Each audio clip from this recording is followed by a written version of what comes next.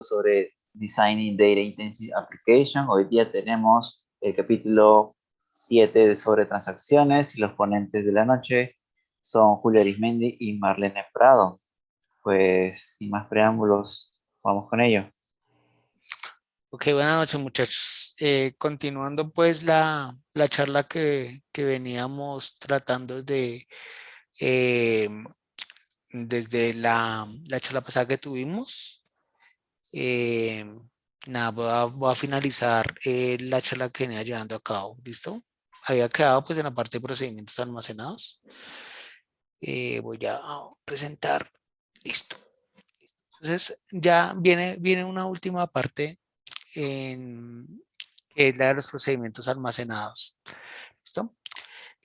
¿Qué, qué significa encapsular estas transacciones en procedimientos almacenados? Básicamente nosotros venimos como de dos conceptos.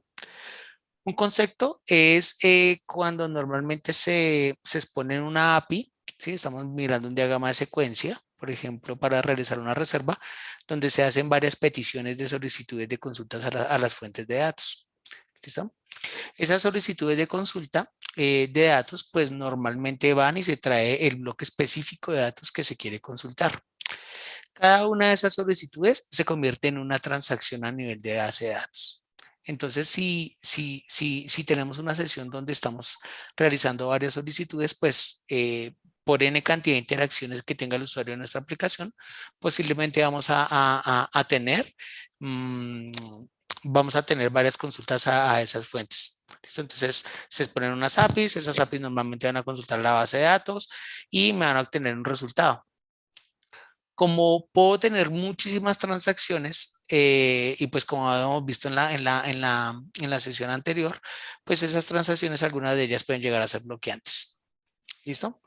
Entonces, pues para también evitar eso al máximo de estar generando tantas peticiones al motor, existe otro tipo de implementación que no aplica para todos los casos, aclaro, ¿sí?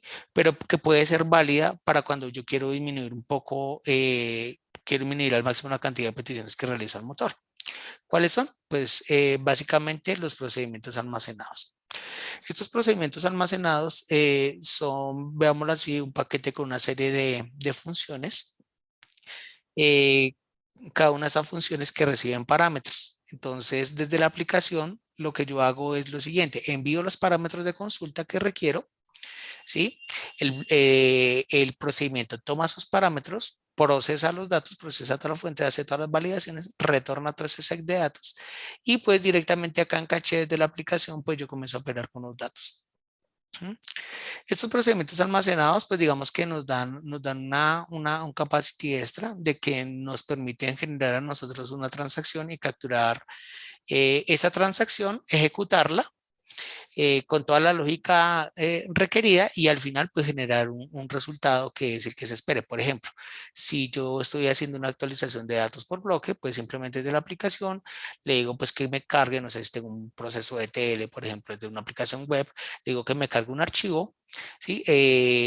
Cojo ese paquete, lo envío, se lo envío al procedimiento, él recibe todo ese, el collection como tal, lo recibe, lo procesa y ya al final pues me muestra un informe de estado, un código de estado, un código posiblemente 200 y que pues que la transacción se finalizó o si hubo una sección pues la sección que haya venido al caso. ¿Listo? En este caso puntual estamos mirando pues un poco cómo es la parte de las interacciones.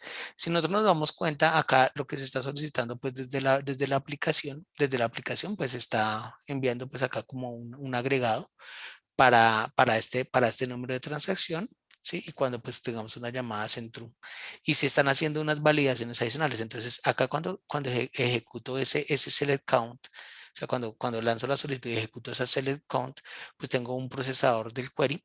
Ese procesador del query que tiene el motor es que toma esa petición, ¿sí? La procesa, o sea, genera un plan de ejecución, ¿sí? Y pues los datos yo como tal los tengo almacenados en el storage, cada motor tiene pues su estructura de datos propia. Entonces, pues todos los datos los tengo almacenados en el storage, va pues implícitamente va y consulta, obtiene esos datos, los lee desde el disco. Ya una vez obtiene pues esa respuesta, pues la retorna en otro tiempo. Pues acá tenemos, mire, nuestra línea de tiempo.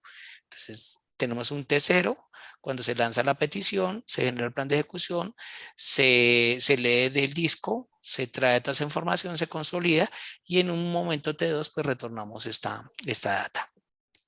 ¿Listo? Esto es cuando tenemos un tipo de transacciones interactivas, ¿no? Y podemos hacer las n cantidad de validaciones que requiramos, igual las mismas cantidades de actualizaciones, todas estas van a quedar dentro de un cuerpo, un Begin Transaction. ¿Listo? ¿Qué diferencia eso a un procedimiento almacenado? Pues en un procedimiento almacenado, si yo tengo como nos damos cuenta, todos estos condicionales que tengo acá, pues los tengo embedidos como tal en una sola instrucción, en un único bloque, ¿sí? De Begin Transaction. Y pues cuando estoy haciendo la selección, pues leo el disco, cuando estoy haciendo la lectura, pues esa está propia en el motor, cuando estoy haciendo la actualización, pues igualmente está haciendo escrituras en el disco. Toda esta lógica que es la ejecución del procedimiento almacenado, que en este caso se llama take doctor of calls if safe, ¿sí? Y le paso los parámetros, mira los parámetros de consulta, que son los que está recibiendo acá internamente, ¿sí? Pero acá se estarían ejecutando cada uno en un bloque independiente. Acá simplemente le paso los parámetros y en ese bloque de transacción va y ejecuta todas las transacciones que quiera llevar a cabo, como normalmente conocemos cuando trabajamos procedimientos almacenados. ¿Listo? Ya una vez ejecutamos todas esas operaciones de condicionales y también operaciones de ML, manipulación de datos, pues ya tengo una respuesta, pero esa la proceso en un único bloque que puede llegar a ser más corto que si lo estuviera procesando en N cantidad de peticiones. Eso, los procedimientos almacenados no aplica para todos los casos, ¿listo? Yo puedo tener una API que esa API va y le envía parámetros a un procedimiento, él procesa y me retorna un informe de estado que es el que yo retorno a nivel de aplicación, ¿sí? Ya existen actualmente otros paradigmas para obtención de datos, pero pues no viene al caso de estudio. Pero pues, bueno, ya no sé si conozcan, existe GraphQL que fue desarrollado por Facebook, donde yo traigo todo un set de datos y pues simplemente yo puedo entrar a hacer una manipulación de los mismos, pero sin necesidad de estar yendo directamente a la fuente. ¿Listo? ¿Qué pasa con las Interactive Transaction? Pues tengo múltiples transacciones como lo vimos acá, o sea, n cantidad de transacciones para traer cada solicitud. ¿Listo? Y pues son n cantidad de transacciones pues con unos parámetros que se envían al motor y pues eso básicamente que me va a generar pues un mayor número de peticiones HTTP. ¿Listo? Y eso que implica pues un mayor envío de mensajes por red, por este canal. O sea, cada vez que yo solicito información, hago la petición, obtengo una respuesta, voy a ir a consultar, no sé, el listado de ciudades, hago otra petición, obtengo respuesta, voy a listar el listado de departamentos, hago otra petición, obtengo respuesta. Todos son peticiones HTTP que van viajando por un canal. ¿Listo? Por medio de un protocolo que es HTTP. Entonces, pues eso es las Interactive Transaction como sucede pues acá en el caso de estudio de esta diagrama de secuencia, pues me va a generar N cantidad de peticiones. Los procedimientos almacenados, pues como lo dije, pues es un caso puntual de una asamblea del cliente. Este almacena la respuesta toda en memoria, en datos de la sesión y realiza una petición de transacción final con todos los datos requeridos para el store procedure. ¿Qué quiere decir? Que yo hago una petición, obtengo todos los resultados que quiero consultar de mi fuente de datos, los cargo en caché a nivel de aplicación, los muestro en cada uno de los componentes, en mis combos y demás, en mis listas, los muestro, el usuario interactúa y ya cuando al final está listo para enviarme una petición, que son datos que tengo almacenados en la sesión, en variables de sesión, en la caché, ¿sí? O también en disco, por medio de los storage. Ya cuando lo doy send, el enviar, pues envío la data con los parámetros que requiero a un procedimiento para que él procese toda la transacción sin necesidad de estar yendo n cantidad de veces hasta el motor. ¿Listo? Eh, eso me da esa ventaja. ¿Qué es lo que pasa un poco con los pros y contras, digamos, que con los procedimientos almacenados? Pues los procedimientos almacenados como tal son lenguajes o están implementados cada proveedor tiene un propio lenguaje. Por ejemplo, pues si estamos hablando de Oracle, pues tiene su PL/SQL. Si estamos hablando de SQL Server, tiene su Transaction SQL, o sea, su TI/SQL. Si estamos hablando de Postgres, tiene tu PL/PG/SQL. ¿Sí? Cada proveedor pues tiene su propio lenguaje. ¿Listo? Entonces, ¿cuál es el problema? Pues que al tener un propio lenguaje, tiene una sintaxis y quedó pues como tal atado al proveedor. Eso me evita que me pueda migrar fácilmente de un lado a otro. ¿Sí? Que también hay un problema con los procesamientos almacenados que comúnmente sucede cuando se están procesando grandes cantidades de datos. Pues, y si el procedimiento no está construido con muy buenas prácticas, pues se consumen demasiados recursos de RAM. ¿Listo? Toda la carga se le está pasando realmente al motor de base de datos. Sí, entonces hay un procedimiento almacenado que, no sé, ustedes están haciendo directamente un select asterisco from una tabla de clientes que tiene 100 millones de registros, ¿sí? Para después llegar a procesar eso, pues grave, ¿no? O sea, estoy trayendo, cargando en memoria una gran cantidad de recursos, un gran consumo de CPU y traerme esos 100 millones de registros, no solamente es traérmelos, sino que me bloquea. Es una transacción bloqueante que me puede estar afectando a otros clientes que requieran estar consultando datos de esa fuente de datos. ¿Sí? Entonces el servidor se sobrecarga porque después está procesando gran cantidad de registros, se pone lento, se encolan transacciones, se vuelve un problema. ¿Listo? Entonces toca tener mucho cuidado con los procedimientos almacenados y también con los triggers. ¿Listo? Eso como tal, pues básicamente, pues como sabemos, sacrifica ese rendimiento. El código también que se ejecuta allí es difícil de administrar. No se maneja, pues digamos, el tema de versionamiento directamente desde allí no se puede hacer.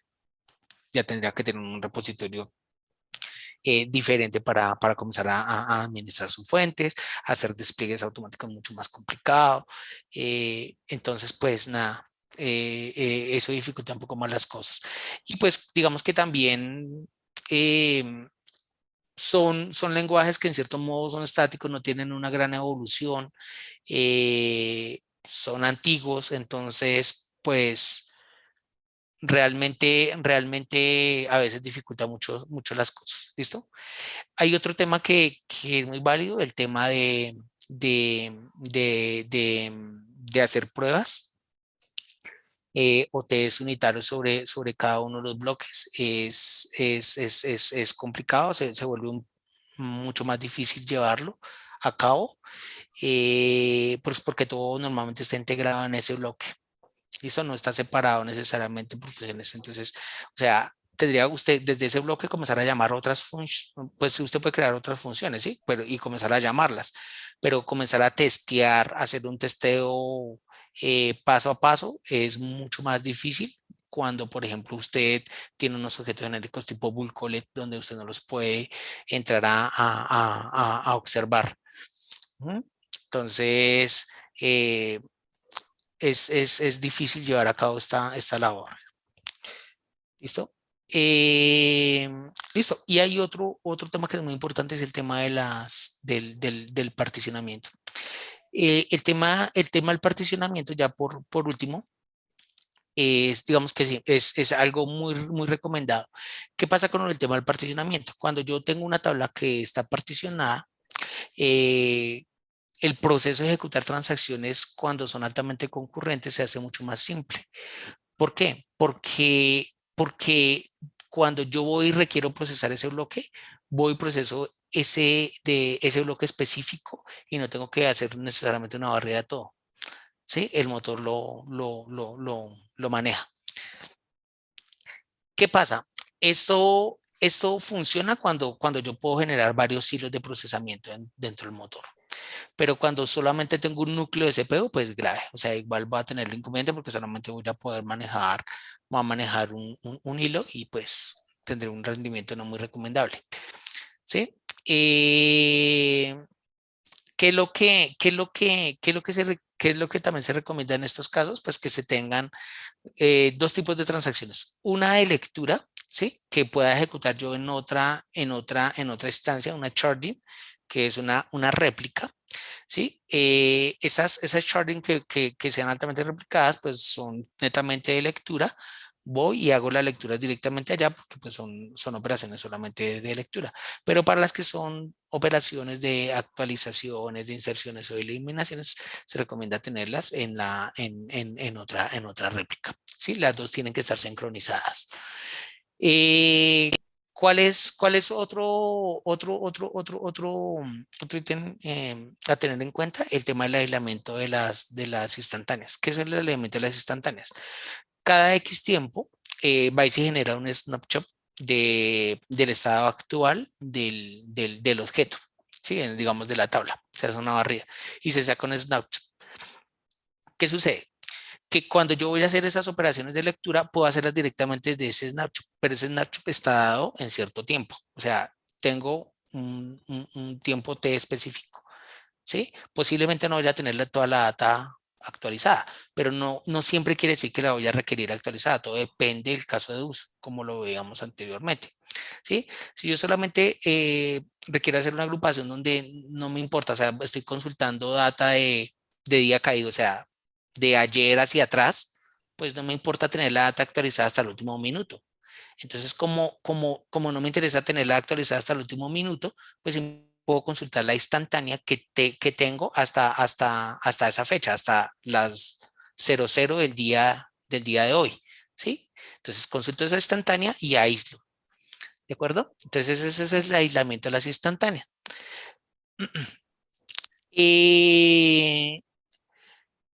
Listo.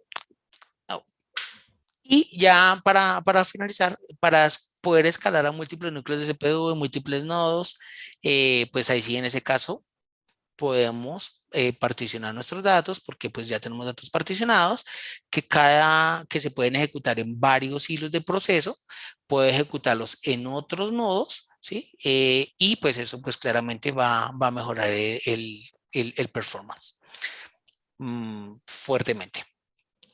Entonces pues nada muchachos, eso es lo que me faltaba digamos de ese capítulo.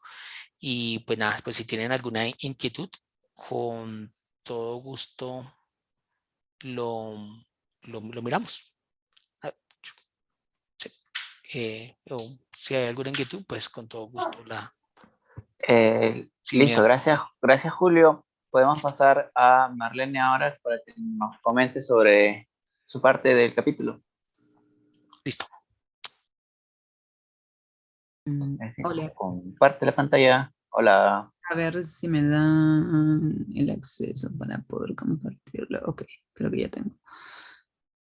Um, ¿Es esto? Ah, wait a minute. Share. Can you see my screen? ¿pueden ver mi pantalla? Sí, dale presentar, porfa, para que se vea más grande. Dame un segundo. Ok. Slideshow. Gracias. Ajá. Y ahora esto sí es el capítulo 7.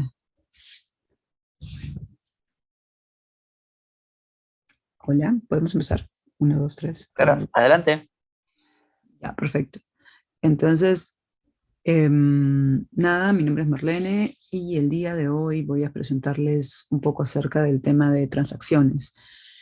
Lo previo que se estaba viendo eran temas orientados a particionamiento, el capítulo 6.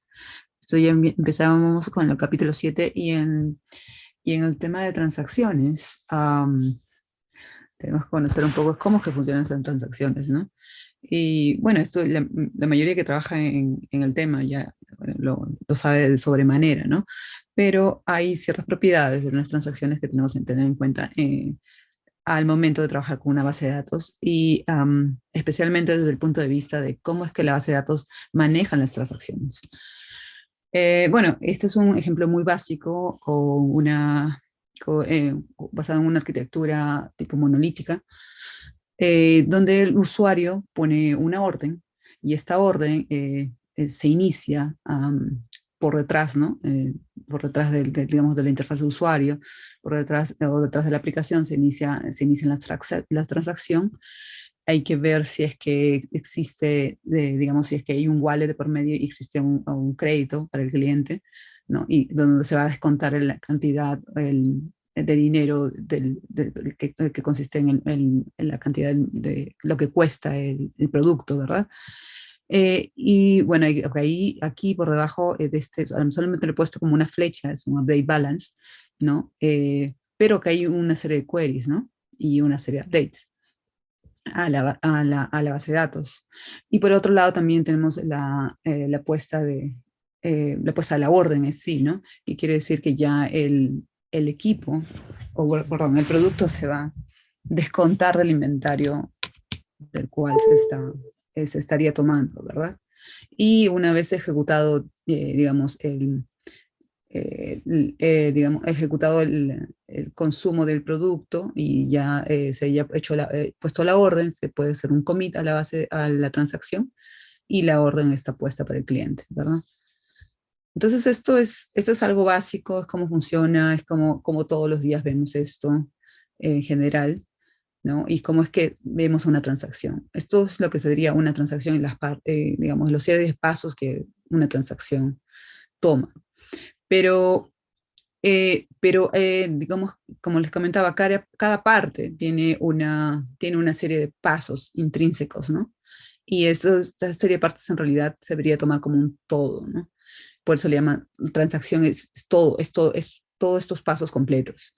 Entonces, en esta parte, ¿no? Se chequea, cuando estoy poniendo la orden y estamos empezando la transacción, vamos a chequear el balance, ¿no? Y vamos a deducir, como les comentaba, el precio del producto, ¿no? Del balance de la billetera del cliente. Entonces, una vez que se tenga, digamos que se haya deducido esto, se va a poner la orden y se va a actualizar la base de datos del inventario. Entonces, toda esta transacción es una unidad de trabajo. Es una unidad de trabajo. Y es una unidad de trabajo y para la transacción es todo o nada. Si todos estos pasos se han llevado a cabo, entonces la orden es puesta. Si la mitad de los pasos no se llevan a cabo o no se lleva a cabo digamos, toda esa serie de pasos que están aquí, entonces nada se lleva a cabo. Ninguna orden es puesta. Entonces, esto tiene que estar súper claro con el tema de transacción. ¿Y por qué? Porque ahora vamos a ver también las propiedades de esa transacción. Entonces, nuevamente, si es que el usuario no tiene suficiente balance en su billetera electrónica, entonces la transacción o el query que sigue va a fallar, ¿no? Entonces, todo este update de sacar el dinero del wallet del cliente, ¿no? El dinero que corresponde al producto, entonces no va a fallar. Entonces toda la transacción va a fallar, ¿no? En general. Entonces, ¿qué pasa si no hay producto? ¿No? Lo mismo, ¿no? Si no hay producto, entonces se descontó del dinero del balance de la billetera del usuario, pero entonces como no hay productos, se tiene que hacer un rollback a ese dinero, ¿no? ¿No? Se tiene que hacer un rollback al dinero que se sacó de esa billetera. Entonces, básicamente esa transacción, ¿no? Entonces, por eso acá está nuestro meme del día, ¿no? Entonces, también mi dinero de vuelta, ¿no? Bueno, entonces, a esto lo que llamamos nuestra transacción, ¿no? La transacción es la abstracción, ¿no? Que nos dice que si ha sucedido algo, o sea, ha sido, digamos, es la abstracción o el mecanismo, ¿no? Que nos dice que si se ha sucedido, digamos, completamente este hecho, ¿no? La compra, por ejemplo, o no ha sucedido la compra, ¿no? O sea, aquí solamente es 0 o 1, ¿no? ¿Sucedió o no sucedió? Y en toda esta transacción, en todo este mecanismo que vamos a utilizar para, digamos, para hacer este intercambio, pueden haber problemas de memoria, ¿no? Al momento de escribir en la base de datos, ¿no? Al momento de leer en la base de datos puede haber problemas de disco, problemas de red, que la aplicación se crashee, ¿no? La aplicación que está utilizando el usuario se crashee, ¿no? O puede haber un problema de concurrencia, ¿no? Que todo el mundo quiere comprar el mismo producto, o hay una serie de personas que quieren igual, a pesar de que haya fallado la transacción, ¿no? Están reintentándolo, ¿no? Entonces, a eso también tenemos que, digamos, también, toda esta transacción, este procedimiento de toda esta transacción, el usuario también tiene que ser, si es que la transacción falla por alguna razón, el usuario también tiene que ser notificado, ¿no? Que la transacción ha fallado. Entonces, nuevamente, la transición es este mecanismo, ¿no? Que te ayuda a agrupar estas operaciones y ejecutarlas de tal manera que, o sea, todas se ejecutan o ninguna se ejecuta, ¿no? Y ahí de por medio, como les comenté, un rollback si es que dentro de los pasos existe esa opción, ¿no? Y bueno, entonces dentro la transacción, entonces dentro de esos pasos que vimos que se actualizaba la base de datos de sacar el dinero de la billetera del usuario o sacar el producto del inventario, porque el producto ya ha sido comprado, entonces hay una serie de operaciones de SQL. Que son todas estas partes, estos pasos son tratados como una unidad, ¿no? Entonces aquí hay esto es un tema que voy a comentar más adelante, acerca de las transacciones, pero bueno. Entonces, dentro de los modelos de las transacciones existe, o las propiedades, ¿no? Existe de la transacción, se les conoce como si la transacción es ácida o no ácida. El autor en el libro dice, no es que, no la menciona como base, muchos otros autores lo comentan como base, o sea, si la transacción no es ácida, es base, pero el autor del libro dice, ¿es ácida o no es ácida? Simplemente, ¿no? Pero bueno, acá yo lo he puesto simplemente como ácido y base, como muchos autores lo hacen. Entonces, ¿a qué se refieren con estas propiedades de las transacciones, no? Entonces, ACID son los acrónimos de 4 palabras, ¿no? Atomicidad, consistencia, aislamiento y durabilidad. Nosotros vamos a enfocarnos en el lado izquierdo ahorita. En el base, bueno, el base es básicamente disponible, ¿no? Estado suave, eventualmente consistente, ¿no? Pero esto es más orientado para los sistemas NoSQL, pero pensando en las transacciones, cuando hablamos de transacciones muchas veces hablamos de las bases de datos relacionales, ¿no? Claro, también existen de los otros también, de las bases de datos NoSQL también. Pero ahorita vamos a enfocarnos en la base de datos tipos relacionales, donde las transacciones son el pan de cada día. Entonces tenemos atomicidad, consistencia, aislabilidad y durabilidad. Pero ¿qué es eso? ¿A qué te refieres, no? Entonces, para entender el concepto de atomicidad, entonces, básicamente pensemos en un ejemplo. Este ejemplo es en donde tú quieres comprar un ticket de avión. Entonces, en este ticket, para la compra de tu ticket de avión, tú piensas en, oye, ¿a qué hora va a salir mi vuelo? Bueno, por ejemplo, si es que puedo, bueno, se me dio por elegir la comida del avión y la puedo hacer, digamos, por esta transacción, por esta interfaz de usuario. Y bueno, y de pronto me dieron el ticket, pero no me dijeron qué asiento tenía que escoger ni nada dentro de toda esta, digamos, todos los pasos que hice para comprar mi ticket. Me dieron el ticket, me lo imprimieron, pero no había más asientos disponibles. Entonces, la atomicidad se refiere a ese hecho de que no debería el sistema darte la posibilidad de comprar el ticket si es que no hay asientos disponibles. Entonces, es todo o nada, ¿no? O compro el ticket o no lo compro, porque si es que hay asientos, genial, pero si no hay asientos, yo no voy a comprar ningún ticket, no hay asientos. Entonces, es todo o nada, ¿no? A eso se refiere con la atomicidad, ¿no? Entonces, es esta propiedad es la propiedad de la base de datos, ¿no? digamos, que te da esa posibilidad de hacer todo o nada, ¿no? A eso se refiere con atomicity o atomicidad.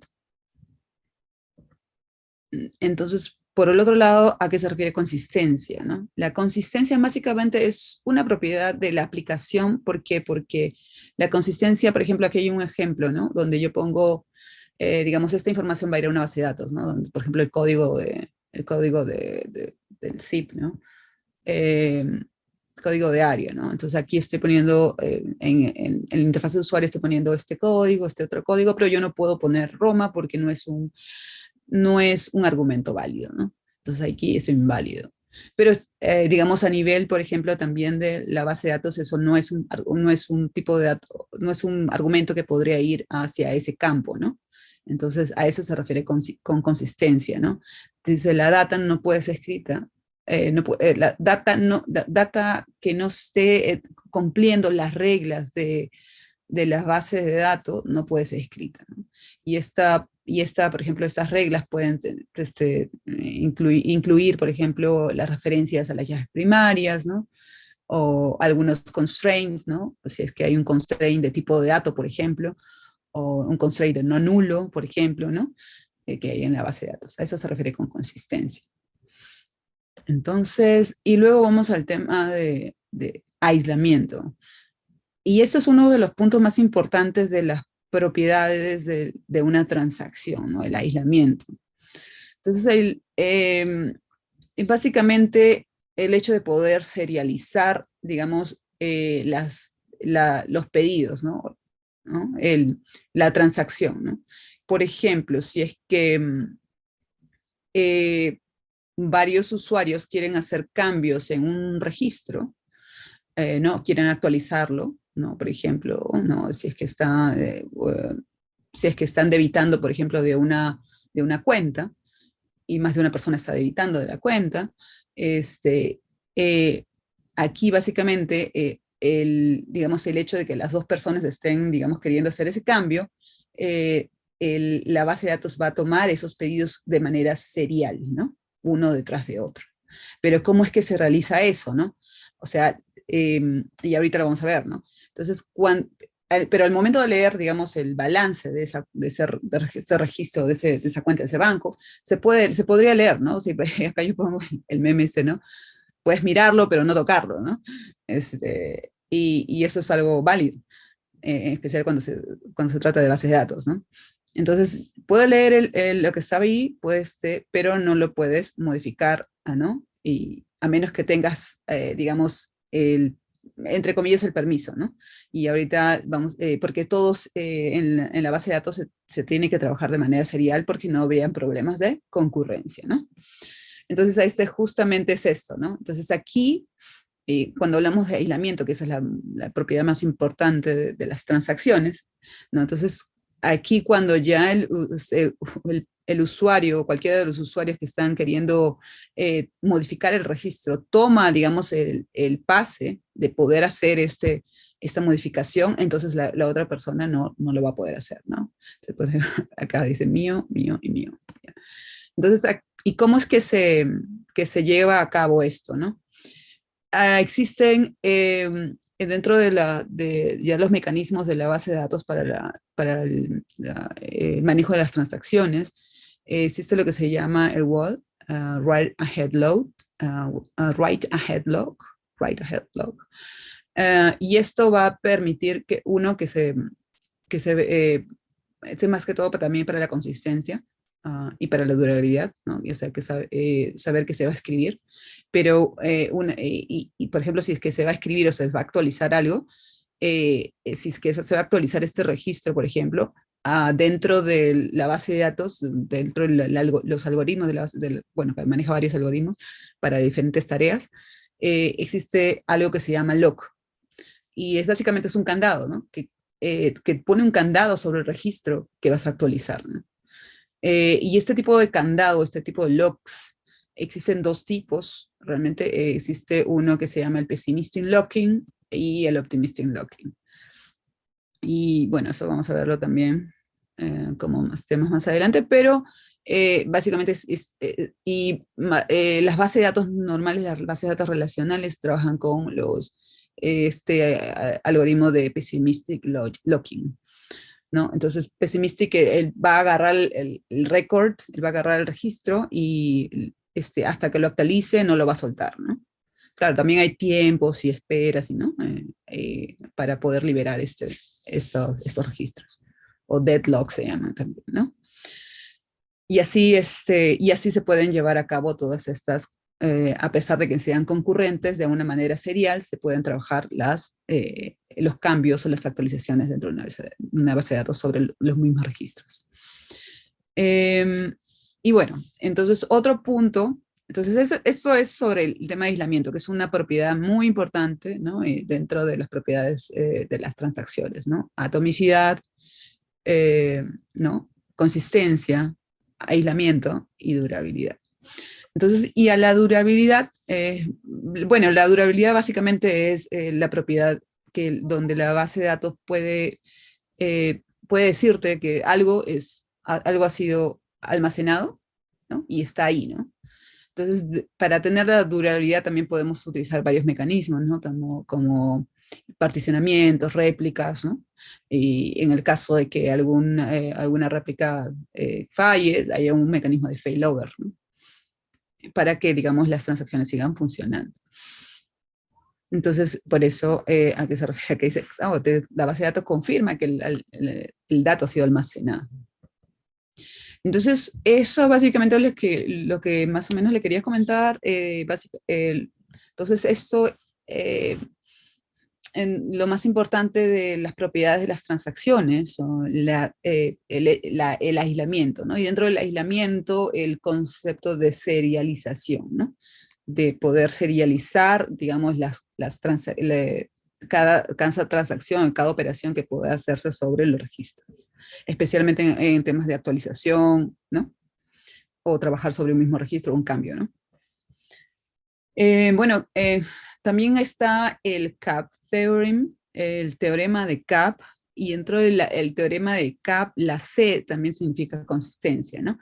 Y la C de consistencia, para mantener esas consistencias en una base de datos, entonces hay que cumplir con estas propiedades ACIDs, ¿no? Atomicidad, consistencia, aislamiento y durabilidad de las transacciones, ¿no? Las transacciones tienen que ser ácidas, ¿no? Y bueno, otro punto más que la atomicidad y el alineamiento y la durabilidad son propiedades de la base de datos, mientras que la consistencia es una propiedad de la aplicación, ¿no? Y bueno, eso es lo que le quería comentar acerca de las transacciones. No sé si tienen alguna consulta. Y yo le paso el bando a la siguiente persona. ¿Aló? A ver si tenemos alguna consulta de la audiencia que quieren participar, pueden prender el micro o dejarlo en el chat o un comentario. Ahí como a manera de resumen o cuestionario les puse la pregunta, ¿cuál es la principal propiedad de las transacciones? ¿Quién prestó atención y quién nos quiera responder? Sí, chicos, muy clara la exposición. Felicidades, Marlene. Muchas gracias. Muchas gracias a ustedes.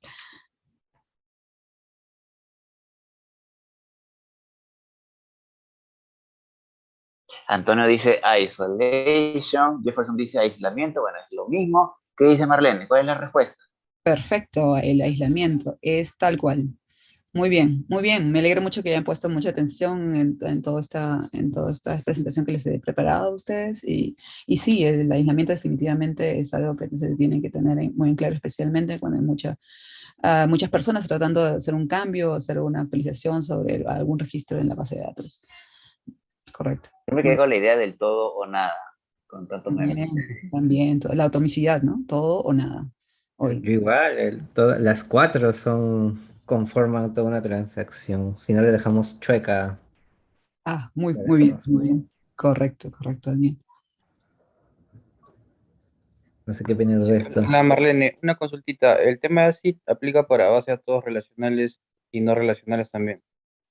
El tema de ACID, aplica para operaciones transaccionales, pero cuando tú hablas de transacciones, ya inmediatamente tu mente habla de tipo de bases de datos relacionales, ¿no?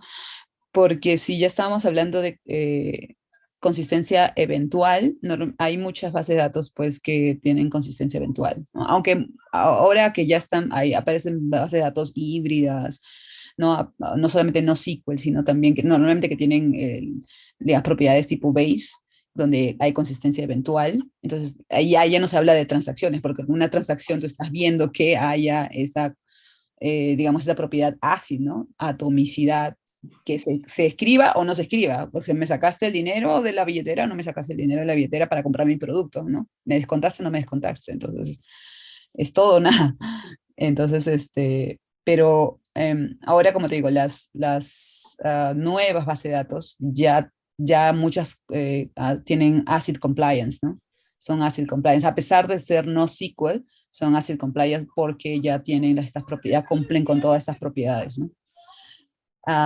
Entonces, no es solamente que es de bases de datos relacionales, sino también pueden ser propiedades de bases de datos no relacionales, porque ya toda la tecnología está avanzando y esto, digamos, la posibilidad de hacerlo más rápido y de manera que no haya tantos delays en temas de eventual consistencia, está cambiando. Sí, claro, Marlene Prado. HBase, por ejemplo, también tiene ACID, una base de datos no soporta Correcto. Correcto. Felicitaciones por tu buena presentación. Gracias, Miguel. Justamente has tocado un tema que está caliente por el tema de Delta Lakes, ¿no? El poder manejar las propiedades de ACID con Parquet Files. Sí. Está muy bien, muy interesante. Gracias por la presentación. Muchísimas gracias, Miguel. Perfecto. Espero que haya podido servirle esa declaración un poco de la presentación. Gracias.